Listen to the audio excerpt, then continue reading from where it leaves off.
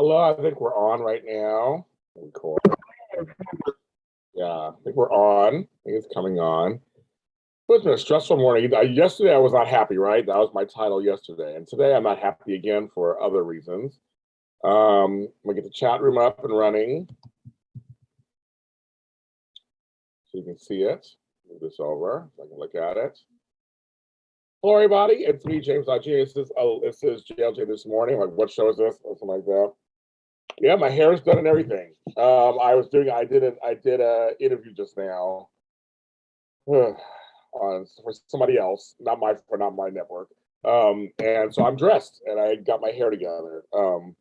It was a stressful thing. And I well, I'll save it for another story, but just it was a little stressful this morning, and I was a little upset. I don't like being upset first thing in the morning. I'm being mad first thing in the morning. I hate that. Oh, my candle went out. Okay, so we're just done.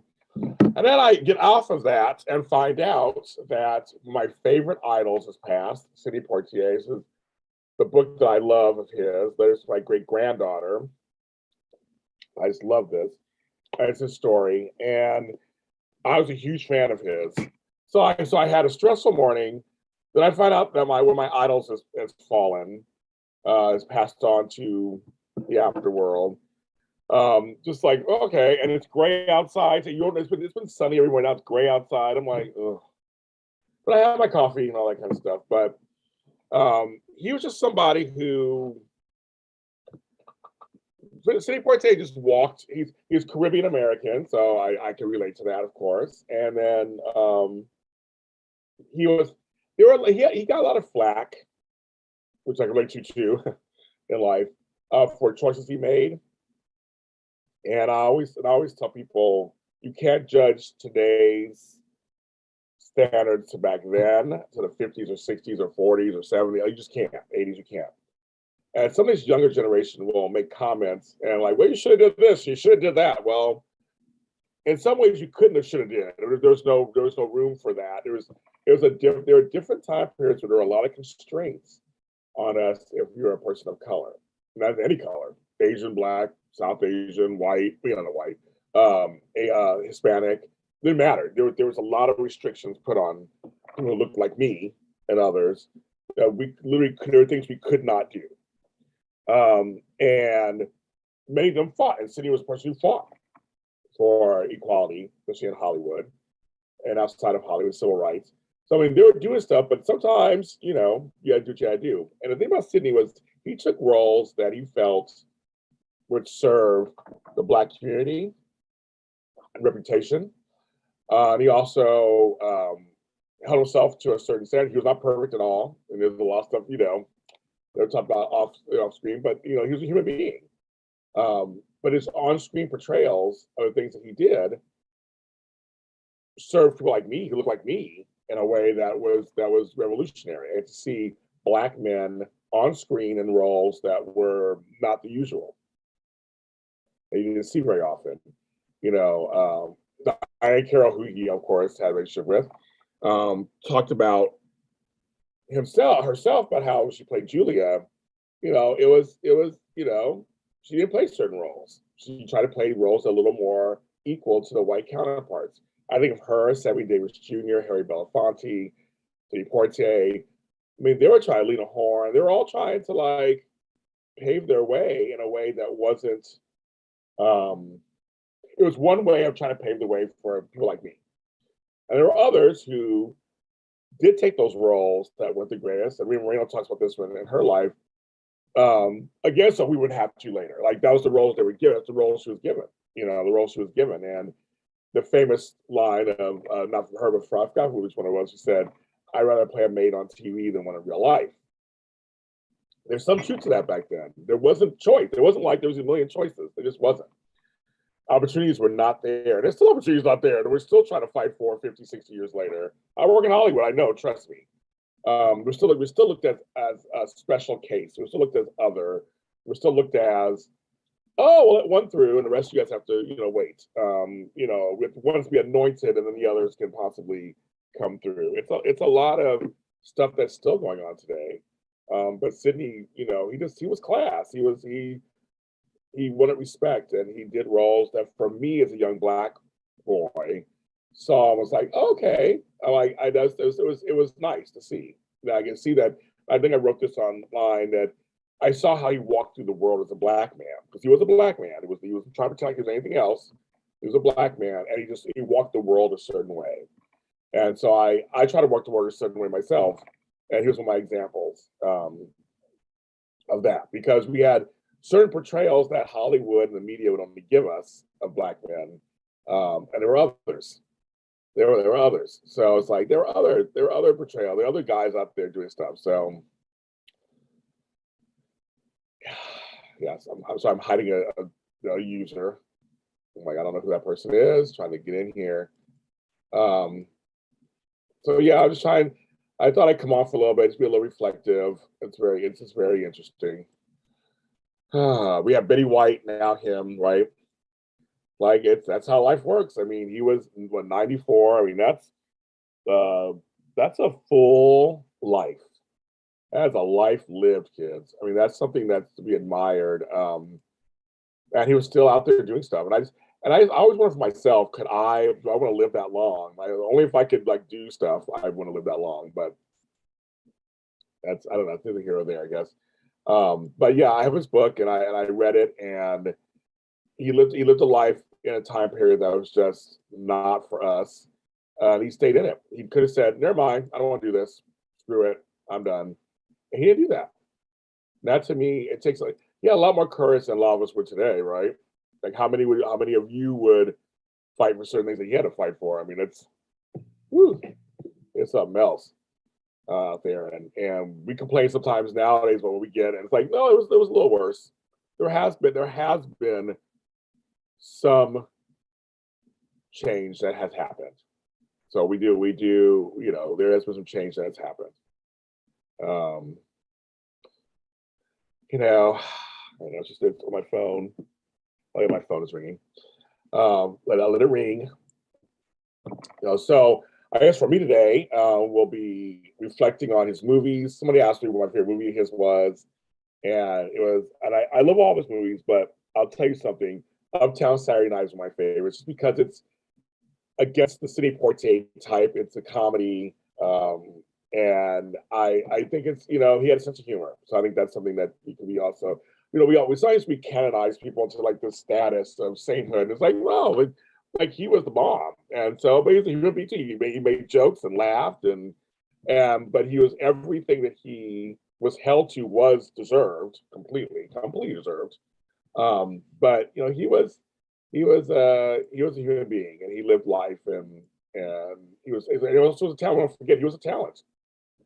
His humanitarian stuff was, of course, legendary, but he also was a talent. He liked acting. He was a great actor.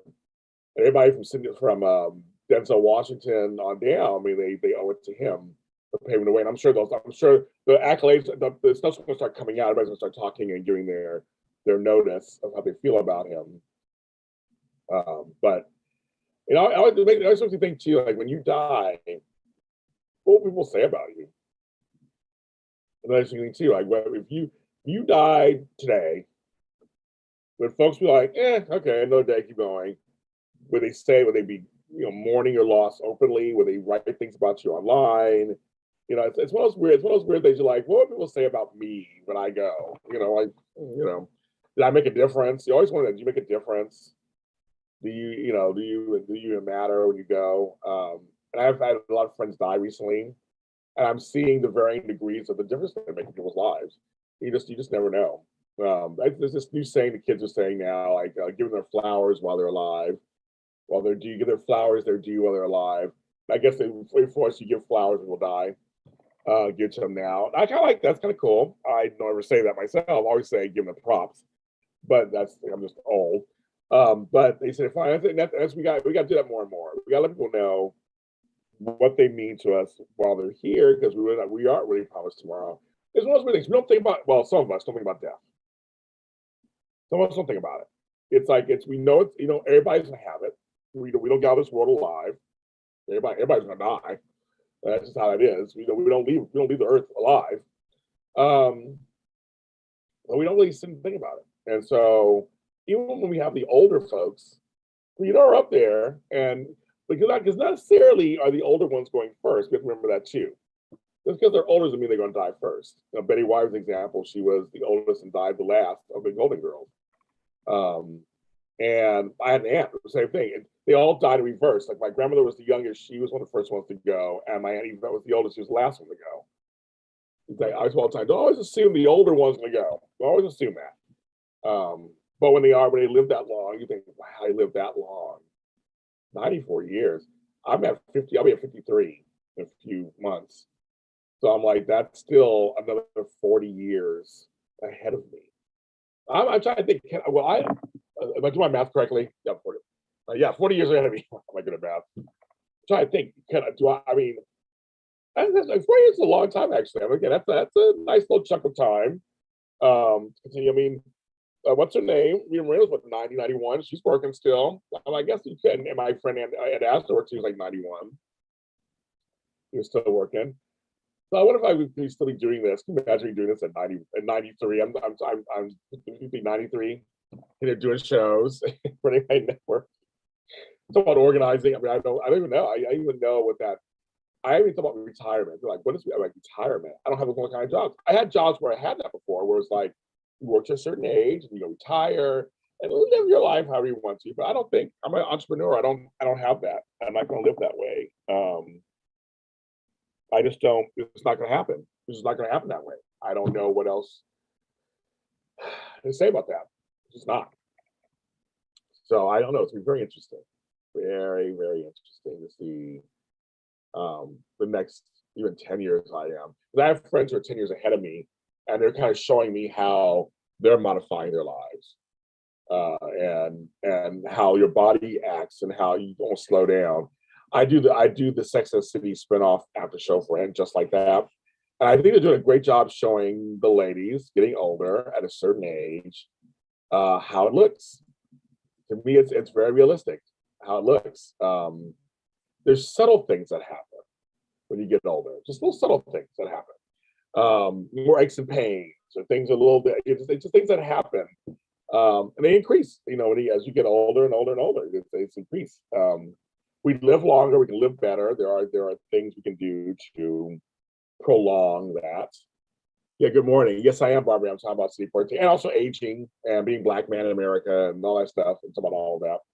I showed this, I keep showing this book that I love. Anybody should get this book. It's called Letters to My Great Granddaughter. I love this book. It's very good. And that's his great granddaughter. Came out some years ago. She's older now, but it's like some years ago. But yeah, I just, you know, we have treatments, and you know, there's things that are known the way you eat. Some of it's genetics. You know, some of it's genetics. Sometimes some genetics. You just are able to live longer. I'm in my 50s. I know I look pretty good for my age, and I know that the 50s 50 years ago was a separate look. I look at my grandparents who were in their 50s when I was a kid or a teenager, and they were like, they looked different. They even looked differently than their grandparents. It's like it's. I have grandmothers who, before they died, had no wrinkles, hardly any gray hair. Hello, have a good day today, Cherie. And that's something to think about. It's just something that it's just this thing that, like, you know, it's a different world now in terms of aging. And so he's ever lived, you know, so he's lived 94 years, and most of them pretty good, making appearances, doing things, and I'm sure he's seen it all. I'm sure he has seen it all. Oh my goodness, can you imagine? And he paved the way for so many people, including me. Really, any Black person, any Black man in Hollywood, he paved the way for us. I've done some acting stuff, and I continue to do some acting stuff, but I do mostly hosting, but still giving us almost like a template, a blueprint of how a Black man can act, how Black men do act in real life in many places, and carry themselves. Barman, I'm 74. I saw him in a movie, Just Serve with Love, in 64. And yes, I've seen lots of changes in my life. My great auntie's 101. Hey, 101. Go on, girl. Just Serve with Love is the one that's mentioned the most, obviously. I guess who's coming to dinner. You know, and the Heat of the Night. You know, Patch of Blue. A lot of those are mentioned. I mentioned Uptown Saturday Night, so that's a funny one for me. It was funny with him. Um, he's I think for a lot of people who aren't black, that was one of the first guys they saw of that kind of stature too. And he got flagged. They called him the magical Negro syndrome, where he was always good, so to speak, and always like good. And he had flack for that. And I understand where it comes from, but we couldn't back then. It was important to see a black man in a role that was positive. That when they say representation matters, back then it was even more pronounced. To see any person of color in a role that was positive, whether they were Hispanic or Asian or black, to see a man, it was very important to have that portrayal up there on a big screen. Well, on TV, I think too, but on a big screen, because people went to movies. Movies were big events back then. And Barbie could probably, talk about that. When you went to the movies, it was a thing. You went to the movies, and to see someone who may not look like you, and you only have bits and pieces of what you think black folks look like and act like. He did the opposite. He showed another side, another slice of it. I know it's about Bill Cosby anymore, really, but I will give the Cosby Show credit. In the '80s, we did the same thing for showing us another slice of black life that wasn't just the black we all see on TV. Not putting any shade down to like Good Times with Jefferson's, but like that show, What's Happening, showed life in Watts in an almost magical way too. But it was like we were trying to show that black folks are like other folks. We have a lot of sameness. A lot of, if we get back to that a little bit in life, like, folks across the board with the same 4 or 5 things, right? We want love most of the time, good sex most of the time, food, a place to live, a good job, friendships. There are things that we all want. They're all the same. It doesn't matter what we look like on the outside. We all want these same things. We want the freedom to have these same things. That's what it is. But it started with portrayals of people like him having to show the outer public that this is what can happen. This is what's possible. This is what can happen. And so I look sorry. We should never forget where we come from. We should never forget our ancestry. We should never forget our four people before us. And like, I'm saying the ones say forefathers, pretty much like that old. But like we should always not forget. Same with women, with the women who came before us, who worked very hard. And like my grandmothers and all the things they had to do just so that my sisters and my aunts, my mom, do what they did. I have a grandmother who was a janitor, part-time, cleaned people's houses the other part of the time, raised 5 boys by herself in Watts. And so, and kept a clean house and had family dinners and like did all that it looked like with ease. But it wasn't. I'm sure it was hard. We never talked about it, but I'm sure it was really hard. But she did it. And to me, that we can't, so women today, we can't forget those. Yeah, they put up with some other stuff that you wouldn't put up today, but most of it was for the benefit of survival and passing on strength to the next generation. We should never forget our past. Never forget our past. We don't live in it. Never live in it. But you can't forget it. You have to like really look at it as something to admire and just go, yeah, I get it. It's where we come from. And again, we can't judge it from today's standards, right? You just can't do that. There. Okay, I'll give me a little message. Sorry, a message. So I see you like in Heal the Night. Yes, it's a good one. Well, yeah, he had some good ones, folks. He had some good movies that were good. And I just named a bunch of them too. He got the the first black man to win an Oscar for Best Actor. So that's an accomplishment too. He'll always be in the books for that alone. He won an Oscar. I know. I'm like, well, I want to win an Oscar one day. No, I'm not gonna do anything to win an Oscar, but it'd be kind of fun to win an Oscar, wouldn't it? It would be fun to win an Oscar. you know.